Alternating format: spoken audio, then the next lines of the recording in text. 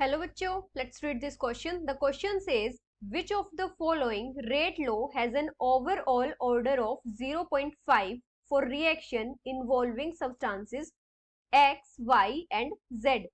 And the options are rate equals to K into Cx, Cy, Cz. Rate equals to K into Cx raised to power 0.5, Cy raised to power 0.5 and Cz raised to power 0.5, and rate equals to K into Cx raised to power 1.5, Cy raised to power minus 1 and Cz raised to power 0, and rate equals to K into Cx Cz raised to power 0.5 divided by Cy raised to power 2. तो यहाँ पे हमारा की concept क्या होगा?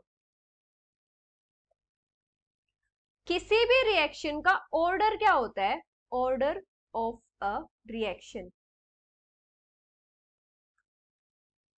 Rate law के according क्या होता है कि जो हमारा रेट होता है वो डायरेक्टली प्रोपोर्शनल होता है to molar concentration of reactants raised to some power, और वो जो पावर होती है वो हमारी रिएक्शन का ऑर्डर होती है with respect to that reactant. और जो हमारा ओवरऑल ऑर्डर होता है रिएक्शन का वो क्या होता है? उन पावर्स का सम। हम क्या बोल सकते हैं? Rate of a reaction is directly proportional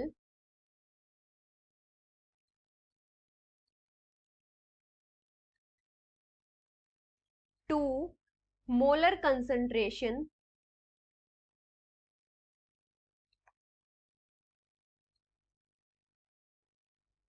of reactants raised to some power, raised to some power. और वो जो पावर होती है वो हमारा क्या होती है? ऑर्डर होती है रिएक्शन का with respect to that particular reactant. That power is equal to the order of reaction with respect to that particular reactant, with respect to that particular reactant।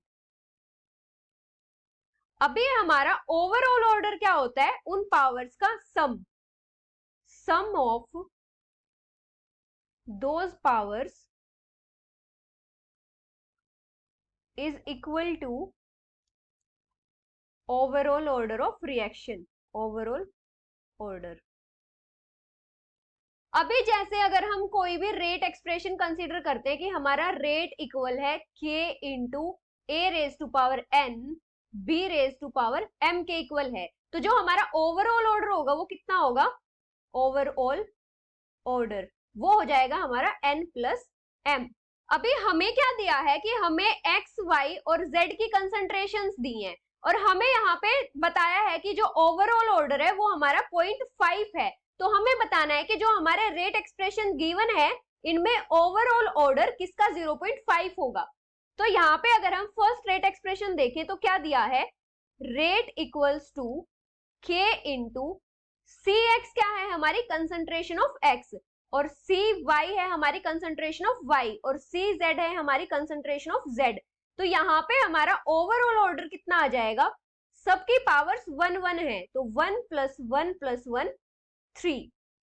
अभी अगर हम सेकेंड रेट एक्सप्रेशन देखते हैं तो हमें क्या दिया है? Rate equals to k into C X की पावर 0.5, सी वाई की पावर 0.5 एंड सी जेड की पावर 0.5। तो हमारा ओवरऑल ऑर्डर क्या आ जाएगा? 0.5 प्लस 0.5 प्लस 0.5, ओवरऑल ऑर्डर आ जाएगा हमारा 1.5। अभी हमें थर्ड रेट एक्सप्रेशन क्या दिया है?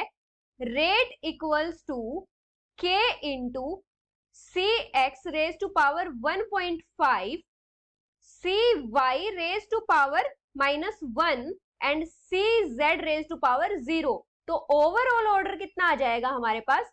1.5 -1, ये 0 है, तो हमारे पास कितना आ जाएगा ओवरऑल ऑर्डर? 0.5। अभी अगर हम फोर्थ रेट एक्सप्रेशन देखें तो हमें क्या गिवन है, rate equals to k into C X raise to power 1 है और सी जेड की पावर हमें कितनी दी है 0.5 और हमारा डिवाइड में है सी वाई, इसकी पावर गिवन है 2।